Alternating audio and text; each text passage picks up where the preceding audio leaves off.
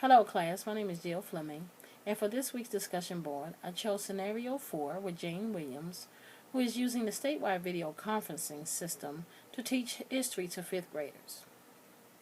Some of the things that I would take into consideration would be the learning style of the student, since these are young learners that may not be accustomed to using video conferencing equipment or not having the face-to-face interaction for instruction. I would also think about the structuring of the instruction when it comes to the delivery of the material to the sites, and also technology.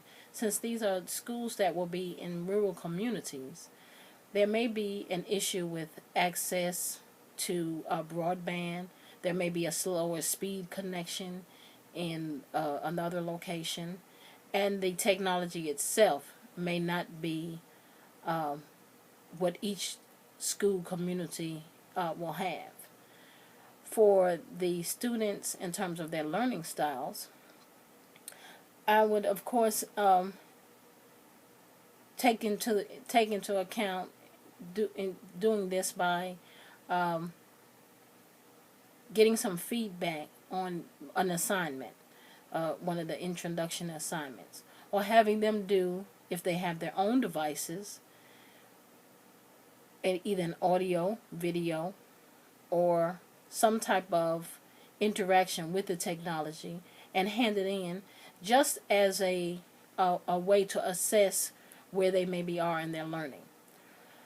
If there are students that I feel are not do not have an understanding of the use of equipment, then we can go into the training of how to use that equipment with facilitators at each site. In terms of structuring the instruction, it would have to be well organized and thought out so as not to lose the intention of the class. When you're dealing with any group of students, you want them to be engaged. But 5th graders, they're still on that edge of being elementary and middle school, so their attention has to be captured at every moment. And sometimes technology may be a distraction, but allow them to have them understand that it is used as a learning tool for that exercise. Another thing that I would have to take into consideration is the technology itself.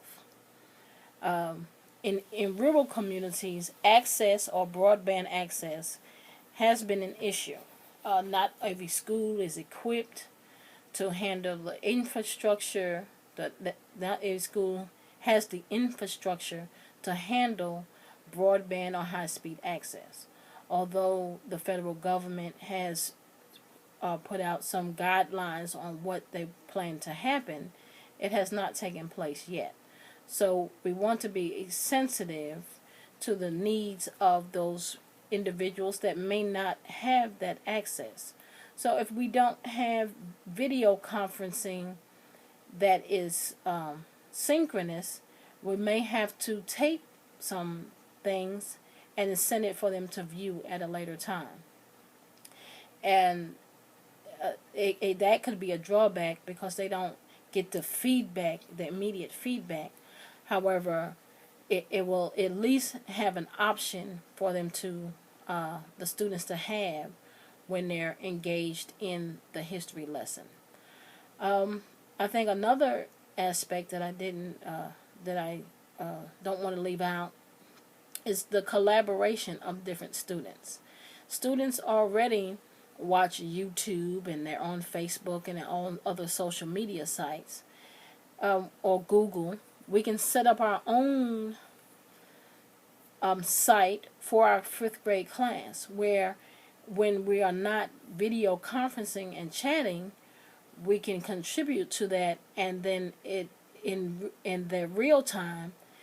And this way the students will have an opportunity to look back on the materials or the interactions that their fellow students have posted.